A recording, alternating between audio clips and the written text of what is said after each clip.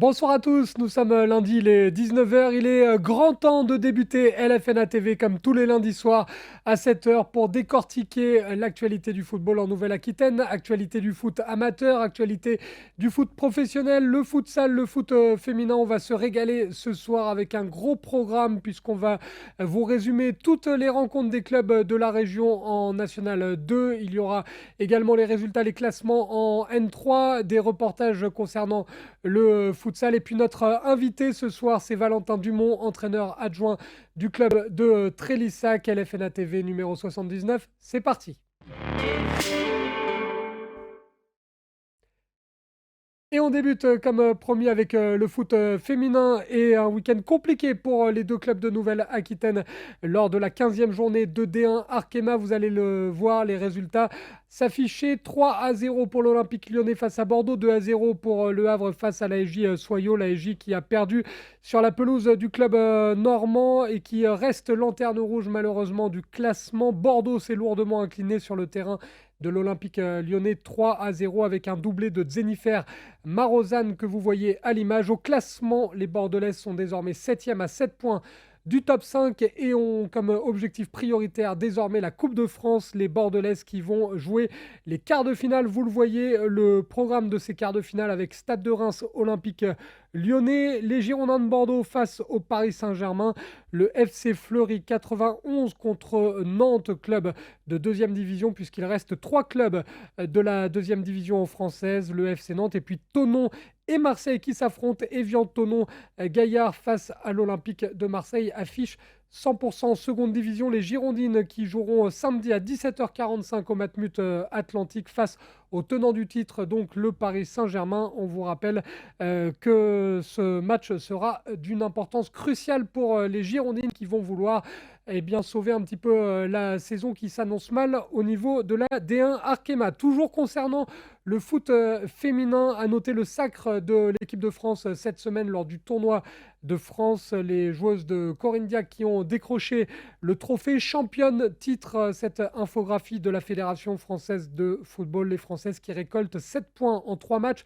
On félicite au passage les représentantes de la région Nouvelle-Aquitaine. Elles sont 3, les 3 bordelaises avec la gardienne Mylène Chavas, la milieu de terrain et la palisse. Et puis Julie Thibault qui a à l'occasion de ce tournoi de France décroché ses 3 premières sélections en bleu. Félicitations à Julie Thibault, une joueuse 100% Nouvelle-Aquitaine passée par Échiré-Saint-Gelais, par l'ASJ Soyaux et actuellement aux Girondins de Bordeaux. Après le foot féminin, on passe à la Ligue 2.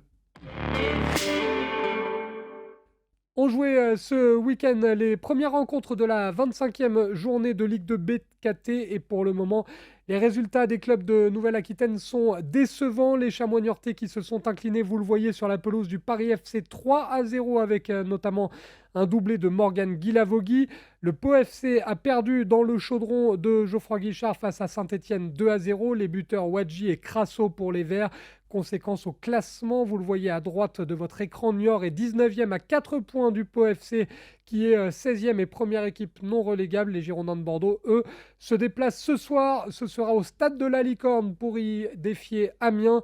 Coup d'envoi de cette rencontre à 20h45 et vous allez le voir sur l'infographie avec le groupe qui a été amené par David Guillon pour cette rencontre. Les Girondins de Bordeaux devrait évoluer en 4-3-3 avec dans les buts Gaëtan Poussin. Au niveau de la défense à 4, Bokele à droite, Nsimba à gauche dans l'axe, Gregersen accompagné par son capitaine Johan Barbet.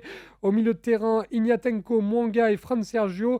Sur le côté gauche de l'attaque, Davitashvili. Sur le côté droit, Dylan Bakwa. Et puis devant, l'ancien joueur Damien Badji, préféré à Josh Madja. Voilà pour la composition probable de la rencontre des Girondins de Bordeaux qui va avoir lieu ce soir dans quelques instants. Coup d'envoi à 20h45. Avant de s'intéresser au championnat de National 2, une petite info concernant la Coupe Gambardella Crédit Agricole. Le tirage au sort a eu lieu jeudi dernier pour les quarts de finale et je vous le rappelle, Pau est le dernier représentant de la région Nouvelle-Aquitaine. Un tirage au sort qui avait lieu jeudi du côté d'Orléans. Vous voyez les affiches de ces quarts de finale avec le Pau FC qui sera le dernier représentant de la région, mais surtout le dernier représentant du niveau régional avec l'USJA Carquefou qui défiera donc le tenant du titre, l'Olympique lyonnais pour le Pau FC. Ça va être une rude bataille du côté du Noust Camp. Ça sera un match d'ailleurs à suivre en direct sur notre antenne de NATV. Soyez présents au rendez-vous le week-end du 12 mars, le dimanche précisément. La rencontre sur NATV entre le Pau FC et l'Olympique lyonnais. Dans les autres matchs, Nantes jouera face à Monaco. Il y aura USJA Carquefou Clermont Foot. Il y aura Rennes face à Auxerre. Et puis vous l'avez vu sur l'infographie, il y a déjà le tirage au sort des demi-finales. Si jamais Pau venait à se qualifier face à l'Olympique lyonnais, ce serait contre le vainqueur du match entre le FC Nantes et l'AS Monaco. Donc une rencontre de prestige peut-être face à Nantes ou Monaco. Si l'aventure continue pour Pau, les demi, ce sera le dimanche 9 avril 2023. Et puis la finale au Stade de France, ne sait-on jamais. Rêvons plus grand pour le Pau FC. La finale aura lieu le samedi 29 avril au Stade de France à Saint-Denis. On sera évidemment à fond derrière le Pau FC. Et je vous le rappelle une nouvelle fois, rencontre entre Pau et Lyon à suivre sur NATV le dimanche 12 mars. Maintenant, le National 2 dans LFN ATV. Ce week-end avait lieu la 19e journée du groupe D qui concerne les clubs de Nouvelle-Aquitaine, multiplex que vous avez été très nombreux à suivre sur NATV. On vous remercie pour votre fidélité. Ce sera comme ça tous les week-ends désormais avec les plus grosses affiches de N2 et puis les affiches de N3 concernant les clubs de la région. Voici les résultats du week-end avec notamment la belle victoire d'Angers, la réserve d'Angers qui crée la surprise en gagnant aux Herbiers dans un match complètement fou. Victoire 4-3 de la réserve du SCO, victoire 2-1 du Gol FC, le patron de cette N2 face à la réserve de Lorient. Et puis concernant les clubs de Nouvelle-Aquitaine, belle victoire de Trélissac 3-1 face à Romorantin, la victoire à l'extérieur d'Angoulême-Charente sur le terrain de la Lanterne Rouge, le FC Vierzon, victoire 1-0. Et puis victoire 3-1 de Bergerac-Périgord face au Stade Bordelais dans le derby de la région Nouvelle-Aquitaine. Concernant les résultats, les hommes d'Erwan Lanuzel, donc Angoulême-Charente, qui continue de s'accrocher au podium avec l'ambition d'y rester. On va voir le résumé de la rencontre. Il est signé pour LFN ATV par notre journaliste Rémi Savary. Ce samedi soir, Angoulême se déplaçait chez la Lanterne Rouge Vierzon, un match capital pour prendre des points. Encore fallait-il se montrer adroit devant le but. Après le premier manqué d'Amadou Koulibaly, André Keyoubi but sur Benoît Leroy. Angoulême domine les débats sur cette infiltration des Charentais dans la surface de réparation. L'arbitre Philippe Lucas ne va pas broncher, pas de pénalty. Action malgré tout poursuivie par les hommes de David Giguel, bien capté par le portier local. Angoulême encore, une nouvelle fois sur le côté gauche, mais malgré un bon centre, le cadre vierzonais n'est pas trouvé. Et les Charentais vont de leur but au but adverse, mettent du rythme dans ce match, même s'ils se font peur. Keyoubi trouve Koulibaly. Mais Benoît Leroy veille, corner. En défense, les locaux font des erreurs qui pourraient leur coûter cher. Heureusement, leur gardien fait preuve de vigilance. Et l'arbitre assistant lève son drapeau. À 10 minutes de la mi-temps, Benjamin Barque manque une première passe mais va récupérer le ballon pour trouver Koulibaly. Frappe cadrée, mais magnifique parade de Leroy. Amadou Koulibaly virevoltant sur le front de l'attaque. Nouvelle possibilité pour l'attaquant qui bute encore sur Leroy. Koulibaly va même essayer d'obtenir un penalty, en vain. Angoulême a de nombreuses occasions comme ce coup franc. Koulibaly touche ce ballon de la tête, mais manque le cadre. Quelques instants plus tard, Koulibaly, encore lui, centre ce ballon à ras terre dans la surface de but, mais personne n'arrive à le reprendre.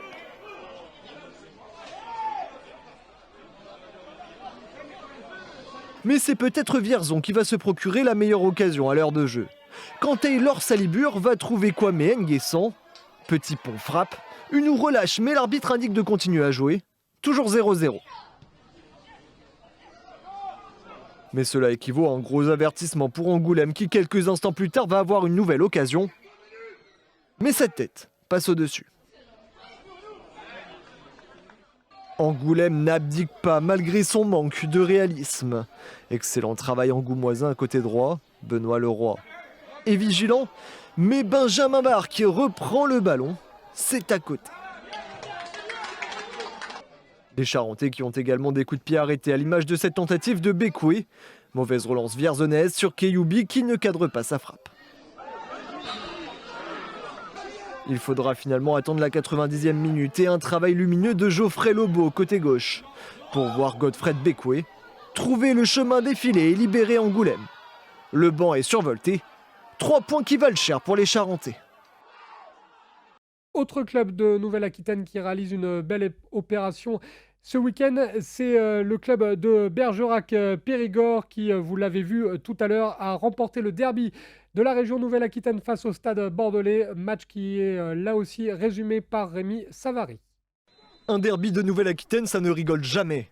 Bergerac recevait samedi soir le Stade Bordelais et c'est Anthony Soubervie qui prendra le premier carton jaune de ce match à la 22e minute. Le Stade Bordelais fera une défense locale peu sereine, à l'image de cette passe en retrait, suivie d'un bon pressing girondin. Le Bordelais se sacrifie, mais ça ne suffira pas. Bergerac dégage le ballon. À la demi-heure de jeu, ce coup franc bergeracois ne donnera rien, ni but, ni faute dans la surface, 6 mètres pour les visiteurs. Décidément, 2 défenses à la peine dans leur relance. Les joueurs de Bergerac aussi à l'affût font preuve d'une magnifique maîtrise technique. Mais pas dans le dernier geste, cette frappe passe à côté. Le Stade Bordelais tente à son tour de déborder, mais le magnifique contre de la défense empêche Martinet de récupérer le ballon.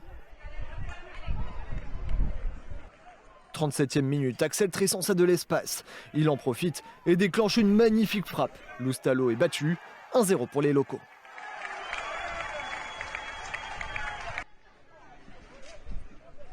Bergerac va essayer de doubler la mise avant la mi-temps, mais cette tentative n'est pas cadrée.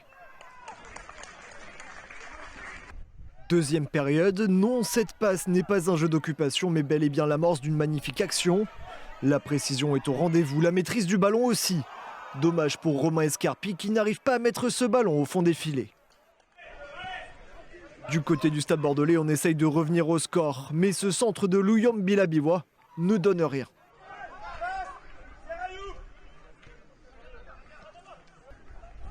À l'heure de jeu, les Lions du Stade Bordelais montrent les crocs et font usage de leur physique. Santiago Siganda s'en sort magnifiquement et trompe Pierre Laborde-Turon resté sur ses appuis, un partout. Mais ce bonheur ne durera que quelques minutes, car 4 minutes plus tard, Chris Bitsamou, sorti de nulle part, reprend le centre de l'un de ses coéquipiers. 2-1 pour Bergerac. Cependant, le Stade Bordelais le sait, c'est à la fin du bal qu'on paye les musiciens. Et avec cette frappe, les visiteurs étaient tout proches de recoller au score. Du côté de Bergerac, on poursuit ses assauts vers le but adverse. Et les locaux vont obtenir un pénalty.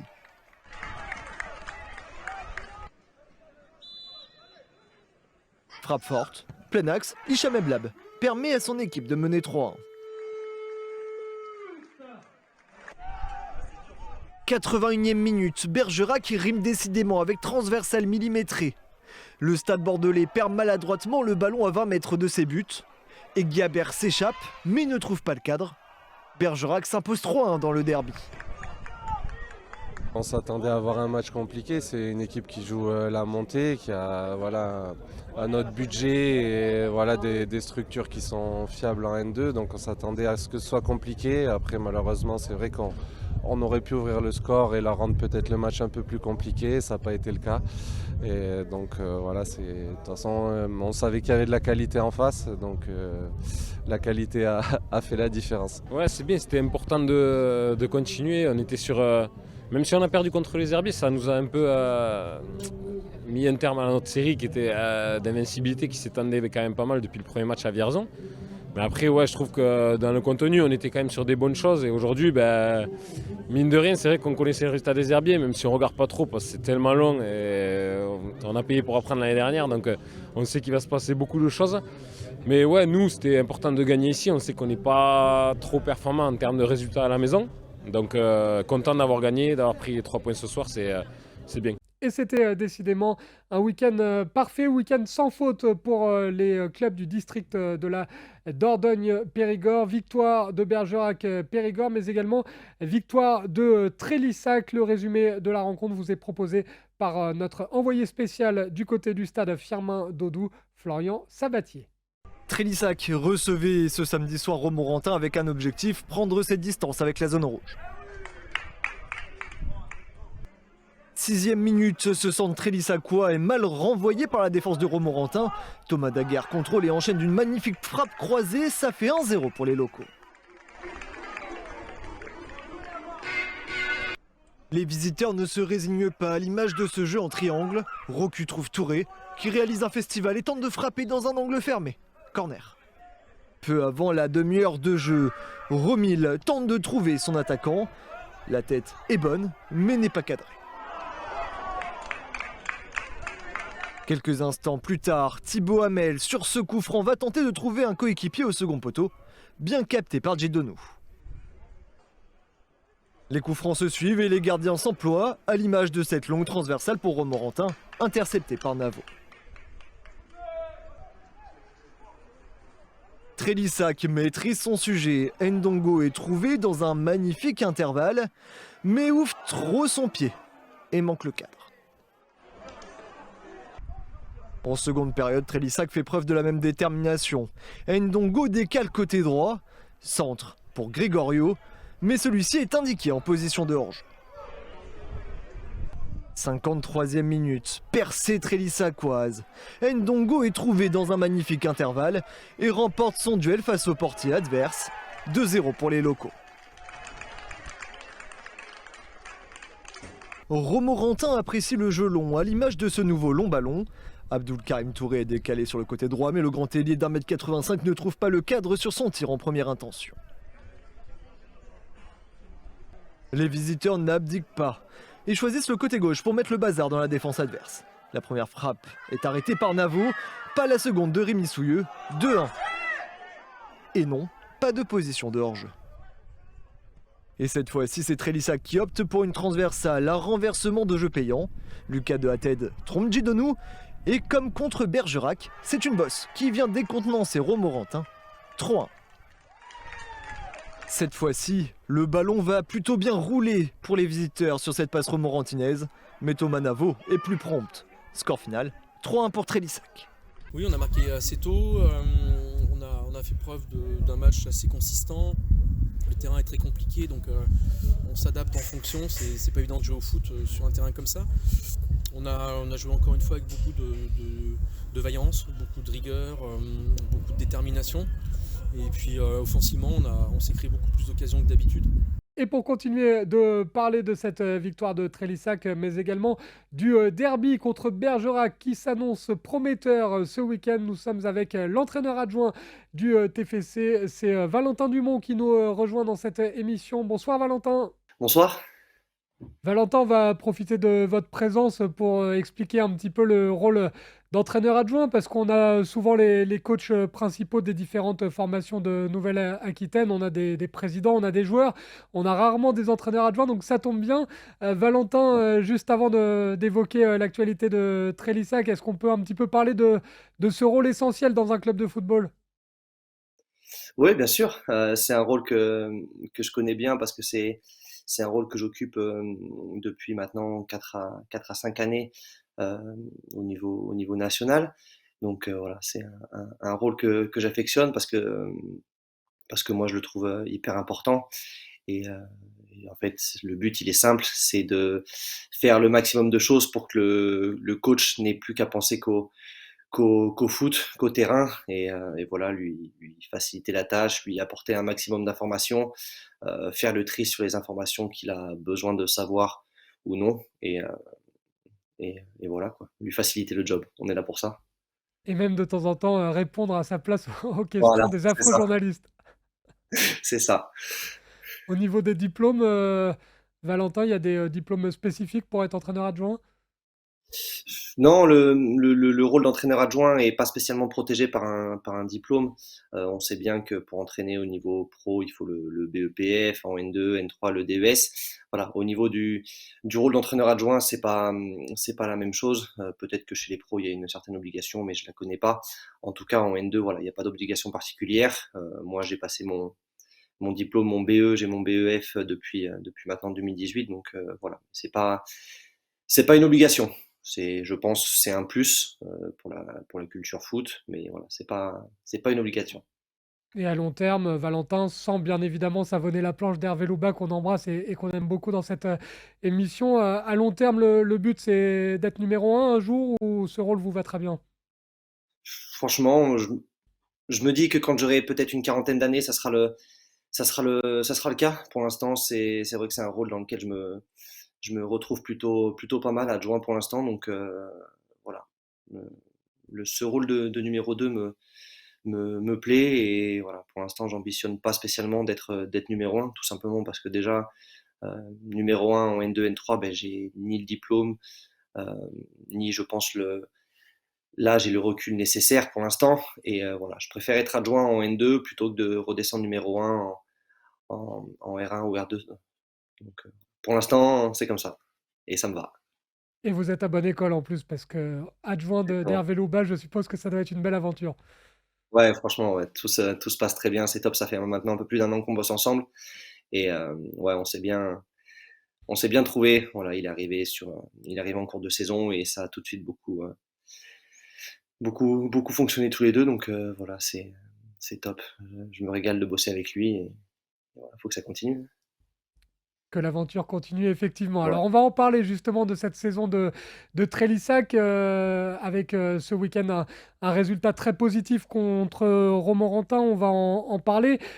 Juste avant, le mois de février, il était quand même un peu frustrant, Valentin, au niveau comptable tout du moins, avec les défaites face à Bourges et Libourne, à chaque fois des défaites 2 buts à 1, avec le 0-0 également contre Andrézieux. Là, je suppose que du coup, cette victoire, elle fait encore plus du bien à Romorantin et ramène de la confiance. Ouais, bien sûr. Il fallait remettre la marche en avant. C'est vrai on a bien démarré depuis le mois de janvier, même si on n'a pas fait que des victoires, mais on n'avait qu'une défaite depuis janvier. Je compte pas celle de Libourne en amical parce que voilà, c'est plus anecdotique qu'autre chose. Mais c'est vrai que ce week-end, la victoire était importante. Le coach l'avait souligné lundi et c'était pas vital parce qu'on parle que de foot. Mais c'est vrai que pour notre fin de saison, il fallait qu'on fasse quelque chose. Il fallait absolument qu'on gagne. Dans l'idéal, il fallait gagner par 2 buts d'écart parce qu'on avait perdu par 2 buts d'écart là-bas. Donc voilà, ça a été le cas. C'est un week-end réussi. Et voilà, maintenant, faut continuer. On a la chance de recevoir encore ce week-end. Euh, donc voilà, faut continuer. On va en parler dans un instant du derby, bien évidemment. Ouais. Gros match qui arrive pour Trélissac, mais marqué dès la 6e minute là, par Thomas Daguerre. C'est sûr que ça a dû aussi parfaitement vous lancer. On a vu derrière qu'il y a eu de la solidité défensive, même s'il y a ce but encaissé. Vous avez fait un bon match défensivement. Vous avez placé des contre-attaques et développé des actions assez magnifiques. Thomas Daguerre, là, qui marque à la 6e, ça a été l'élément déclencheur de votre rencontre. Oui, forcément, ça aide hein, quand on veut gagner un match de football. L'ouverture du score est primordiale. On le sait au niveau national 2, hein, l'équipe qui ouvre le score. J'ai pas les stats exactes, mais voilà, on va être sur 8 chances sur 10 d'au moins décrocher un point. Donc, on sait à quel point c'est important. Ça a parfois été un petit peu notre problème. On a toujours eu un petit peu de mal à concrétiser en début de match. Là, on s'est mis sur la bonne voie et voilà, on a eu la chance de mener 2-0. Je pense qu'on aurait pu alourdir la marque avant la mi-temps. On aurait été un peu plus serein, mais voilà, c'est vrai que c'est toujours, euh, c'est toujours plus simple de faire la course en tête que de courir derrière le score.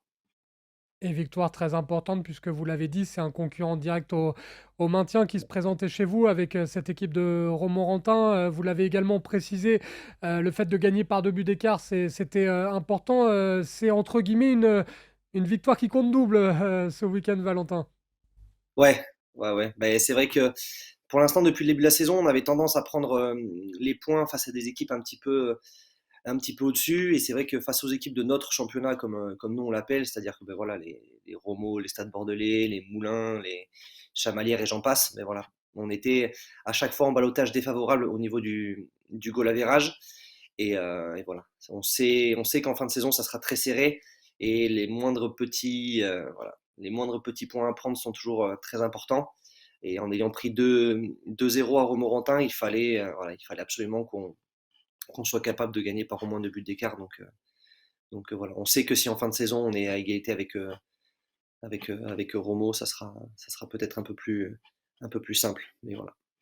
Effectivement, ça c'est fait. La victoire par 2 buts d'écart face à Romorantin, concurrent dans cette lutte acharnée. On le répète semaine après semaine, mais le scénario est absolument exceptionnel pour tous les aficionados de cette édition de N2. Souvent, quand on interroge les supporters de Trélissac ou les observateurs, Valentin, les gens disent qu'il y a 2 visages. Il y en a un à Dodou. Vous êtes toujours invaincu dans ce stade chez vous, là. Comment vous l'expliquez que vous êtes aussi impressionnant au stade Firmin Dodou? C'est difficile à dire, d'autant que voilà, on n'a pas pour habitude de jouer les matchs différemment, que ce soit à domicile ou à l'extérieur. Souvent, ben voilà, on part avec un plan de jeu établi par le coach, mais voilà, on ne se déplace pas en se disant il faut qu'on aille chercher un point et on en prendra 3 à domicile. Non, on joue tous les matchs pour les gagner, mais c'est vrai que voilà, cette saison, on est plutôt très bon à la maison et en difficulté à l'extérieur. Donc, voilà. Je ne sais pas comment ça peut s'expliquer, mais il faut que ça continue. Pourvu que ça dure. Ouais. Comme on dit, Valentin, les coachs en N2, N3 parlent toujours de bloc de match. On suppose que c'est la même chose pour vous et pour Hervé Louba. Mais là, il y a un bloc au mois de mars qui arrive, qui va être crucial et qui va être passionnant à vivre. Vous allez commencer ce bloc par le derby contre Bergerac, une équipe en pleine forme. C'est une opération commando là, qui est lancée avec ce mois de mars qui arrive. Ouais, ouais. Bah, Bergerac, c'est le premier du bloc qui suit, même si après Bergerac, on aura une petite coupure. C'est vrai que voilà, là, on enchaîne 2 matchs et on aura encore une coupure dans le championnat derrière. Mais c'est vrai que là, on s'attelle à la dernière partie du championnat. Et vous l'avez dit juste avant, voilà, c'est un championnat qui est très très serré. Et voilà, il faut prendre les points tous les week-ends. Le moindre point est bon à prendre. Et voilà, on va essayer de faire le job à la maison contre Bergerac parce que bon, on a une petite revanche à prendre par rapport à l'année dernière. Donc ça commence par là. Hervé Louba, votre coach, qui disait, a priori 4 victoires, et le maintien sera dans la poche. Évidemment, si vous continuez, ce parcours sans faute à Firmin Dodou, ça sera déjà une belle avancée. Ouais, ouais, ouais. Bah, je pense que le coach a raison. Je pense qu'il nous faudrait encore 4 victoires pour se rapprocher du maintien, même si voilà, on n'a aucune certitude sur le fait que ça suffise ou non. Peut-être que ça suffira avec 3, peut-être qu'il en faudra 5. Difficile de savoir, mais voilà, on a la chance d'avoir plus de matchs à domicile qu'à l'extérieur en deuxième partie de saison. Donc, dans une configuration où on perd pas à la maison, c'est vrai que ça peut être de bon augure. Mais voilà, je vous l'ai dit juste avant, on joue nous tous les matchs pour les gagner. On avait été à Bergerac en début de saison pour le gagner. Ça n'avait pas été le cas. On avait fait match nul, mais voilà, on jouera aussi pour les battre, même si ça sera difficile. Match très compliqué, vous l'avez dit, les matchs les uns après les autres, et ça commence avec ce derby de Dordogne-Périgord face à Bergerac. Alors il y a beaucoup d'animations, hein. Je vais regarder un petit peu ma fiche, mais ça va être un gros week-end pour vous, pour les supporters, pour l'ensemble du club et de la région. Il y a une conférence sur les femmes dans le sport à ne pas manquer, ça va être un temps fort du week-end. Il y a des animations, il y a un village exposant, il y aura même des duels sur le jeu FIFA 2023 entre les supporters de Bergerac et les supporters de Trélissac. Il y a une initiation foot en marchant qui est prévue. C'est vraiment tout un club qui est mobilisé. On suppose que c'est une grosse semaine qui attend tout le monde au club de Trélissac, Valentin. Ouais, forcément, nous, au club, voilà, c'est la première chose que les gens regardent dans la saison pour beaucoup. Voilà, quand est-ce qu'on va à Bergerac et quand est-ce qu'on reçoit Bergerac.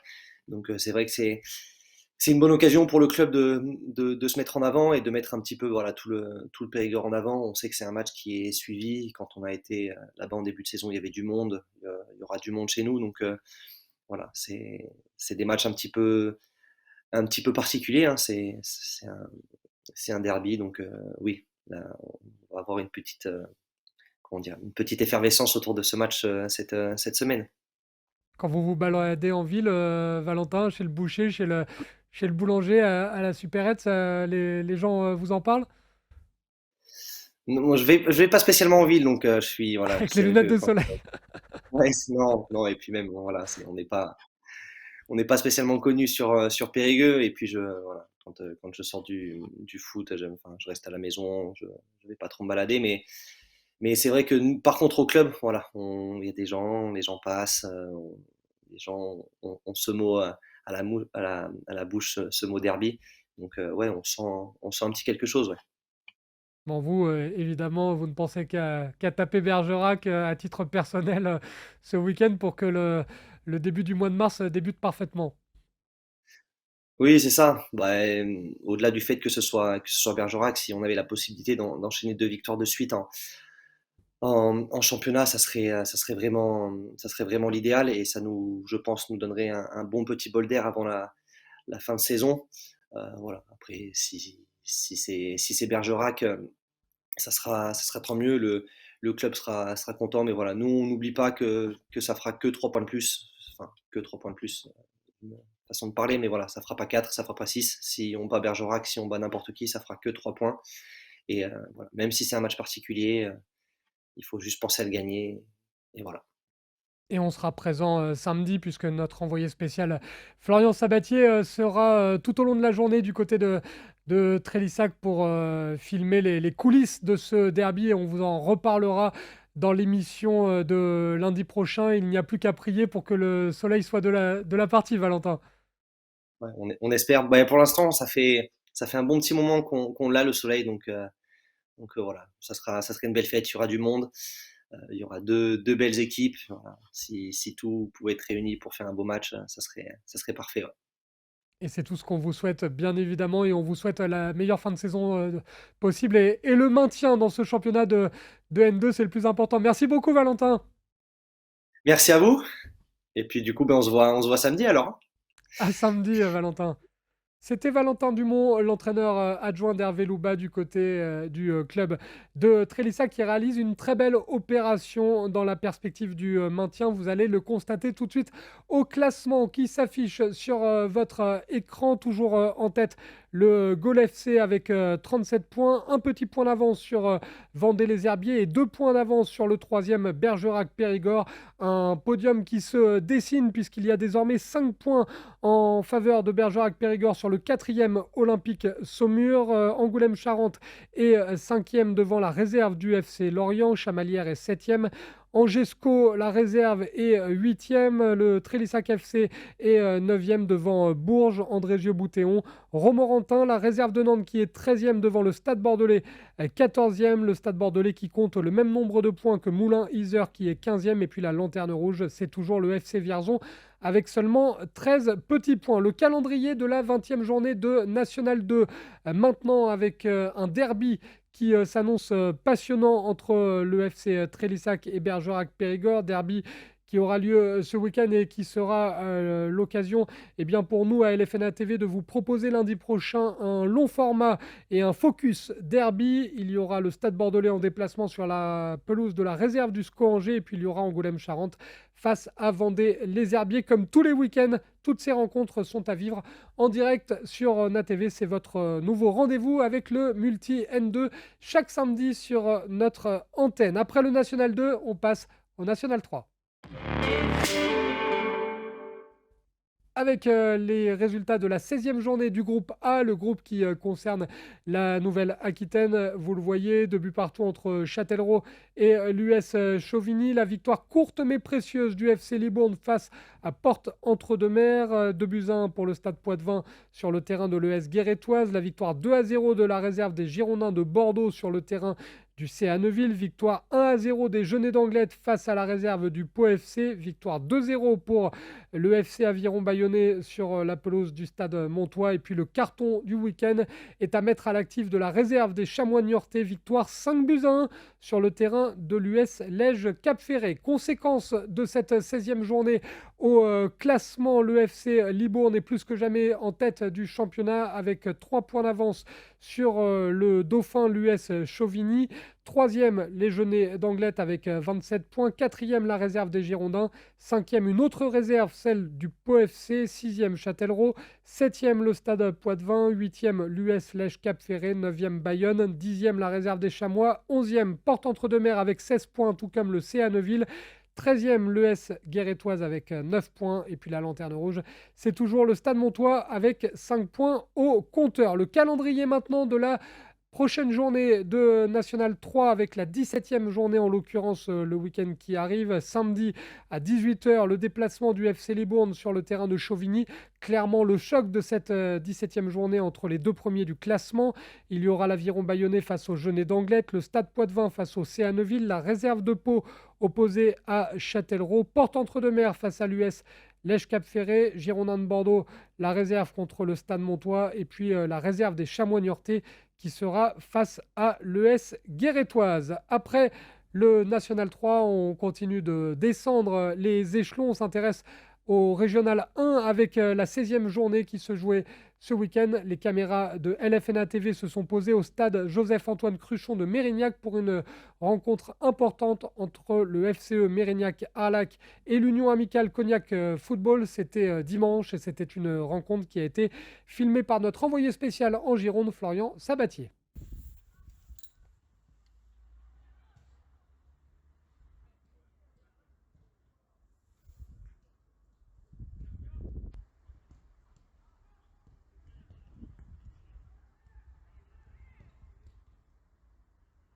Début de cette rencontre de Régional 1 entre Mérignac-Arlac et le club de Cognac. Pas de round d'observation puisque dans les toutes premières secondes, les écureuils se mettent en évidence avec Louis Labatte qui sert en retrait Souleymane Cissé qui n'a plus qu'à conclure et ouvrir la marque en faveur des siens. Mais sur une passe en retrait, une action litigieuse se déroule dans la surface. Toutefois, l'arbitre ne désigne pas le point de pénalty. Les Hôtes vont essayer de mettre un second but, mais la double parade du gardien permet à Cognac de rester dans la rencontre. Mérignac continue d'insister et de pousser sur une belle opportunité qui démarre côté gauche. Louis Labatte arme une belle frappe, une nouvelle fois l'ultime rempart s'illustre pour repousser le danger. Les vagues offensives vertes s'intensifient, mais cette fois-ci le cadre n'est pas trouvé. En fin de première mi-temps, Cognac va sonner la révolte, mais la frappe est sur le portier adverse qui se saisit du ballon. Nouvelle tentative sur corner qui est bien captée par le gardien de Mérignac. Fin du premier acte où Mérignac mène 1-0 contre Cognac. Au retour des vestiaires, la suite de la rencontre va être un mimétisme de la première période, sur coup franc par Florian Portugaise, mais la tentative n'est pas cadrée. À force de pousser sur l'aile droite, Nathan Bouchon réalise une jolie percée et centre au second poteau pour Florian Portugaise qui inscrit le but du break d'une jolie tête plongeante. Cognac va essayer de réagir et réduire l'écart. Bien dressé sur ses appuis, le cuir est capté en deux temps par le gardien mérignacais. Sur une phase de jeu rapide, Nathan Bouchon réalise une nouvelle belle percée et remet à Baldé qui contrôle et frappe, ce qui est repoussé par le défenseur de Cognac. Trop brouillon, Cognac ne parvient pas à réduire l'écart et c'est terminé pour cette rencontre et victoire 2-0 de Mérignac-Arlac contre Cognac. Bon, c'est dommage parce que je pense qu'on peut rivaliser bien mieux que ça face à une équipe qui est plutôt combative et cohérente, mais j'ai pas reconnu forcément mon équipe. Autant sur les derniers matchs, j'étais plutôt fier de ce que pouvait proposer en contenu et en état d'esprit. Aujourd'hui, c'est vrai que je suis un peu déçu. On a évidemment des joueurs de qualité, on a un bon groupe. On est passé à côté en début de saison avec l'enchaînement des matchs, la Coupe de France. On a fait aussi un parcours en Coupe de France. On a eu des blessés, etc. Donc c'est des paramètres qu'on ne maîtrise pas. Et puis là, on voit que depuis la nouvelle année, j'ai récupéré tout mon beau monde, et ce qui fait qu'on est compétitif. Donc on continue à construire autour de tout ça, et puis on verra comment on finira la saison. C'était un résumé signé Florian Sabatier. Dans cette poule de R1, c'est l'ES à Brive qui est en tête grâce à une meilleure différence de but par rapport au SA Mérignaquais. Dans la poule A, le FC Bressuire est leader avec 4 points d'avance sur la réserve du stade Poitvin. Et puis dans la poule C, Saint-Paul Sport est en tête avec 2 points d'avance sur le FC Bassin d'Arcachon. On termine l'émission comme souvent sur les parquets de futsal avec la 14e journée de Régional 1, direction le gymnase Nelson Payou pour un duel alléchant entre le collectif Charente-Angoulême-Basso et le club de l'association jeunesse aulnaisienne futsal. Une rencontre qui vous est résumée par notre envoyé spécial en Charente, Touami Nassiri.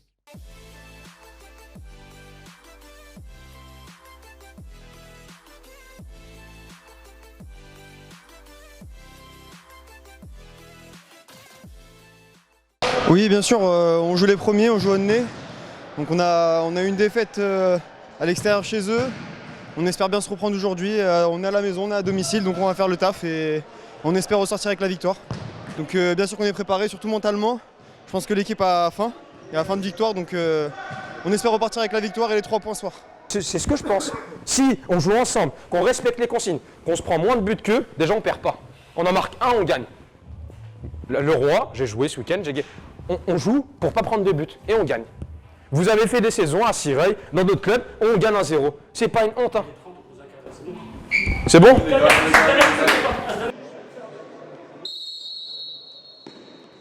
Le coup d'envoi est donné par les visiteurs, mais c'est bien le CCAB qui s'illustre dès la première minute par l'intermédiaire de Redouane Gabo, qui se présente seul face au portier d'Aulnay, mais sa frappe est arrêtée par le portier adverse.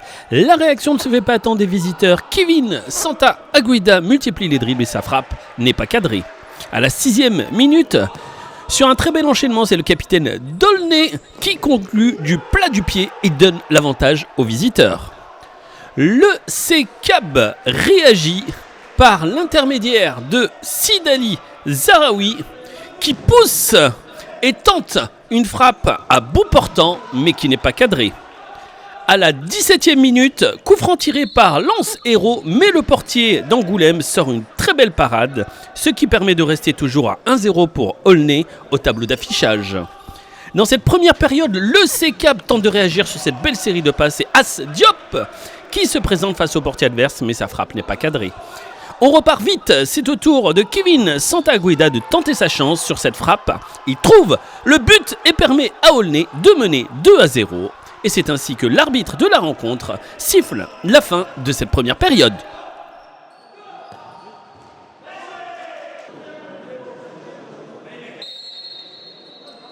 C'est reparti pour cette seconde période. Le CCAB en veut plus que jamais. Franck Angonga force le destin, mais sa frappe frôle le poteau adverse.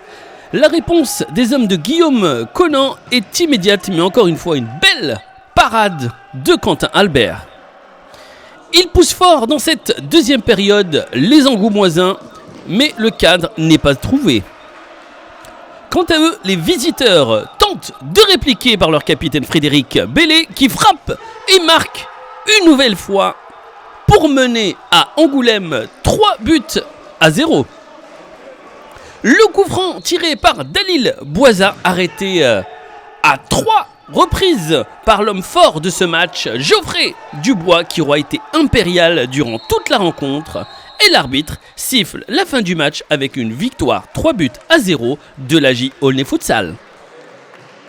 Ouais, je pense qu'aujourd'hui on a quand même été sérieux et appliqué, mais finalement il nous a manqué cette finition. On est tombé sur un très bon gardien qui, je le vois pas jouer toutes les semaines, mais qui a sorti aujourd'hui une grosse performance. Et puis on a une équipe en face de nous qui est rigoureuse défensivement et puis qui a su utiliser le ballon quand il le fallait, les contres quand il le fallait. Et puis voilà, ça nous a fait défaut. Je pense qu'on n'a pas à rougir de la performance. Ils sont premiers. Il nous a manqué cette finition aujourd'hui qui nous fait mal, effectivement. Effectivement, c'est une belle victoire chez un Angoulême qui est jamais facile à jouer ici. Après, le point positif, c'est que du coup, on n'encaisse pas de but aujourd'hui. Donc ça, c'est vraiment une grosse satisfaction et une grosse performance de l'équipe. Donc ça, voilà, je peux féliciter que mes joueurs pour cette prestation.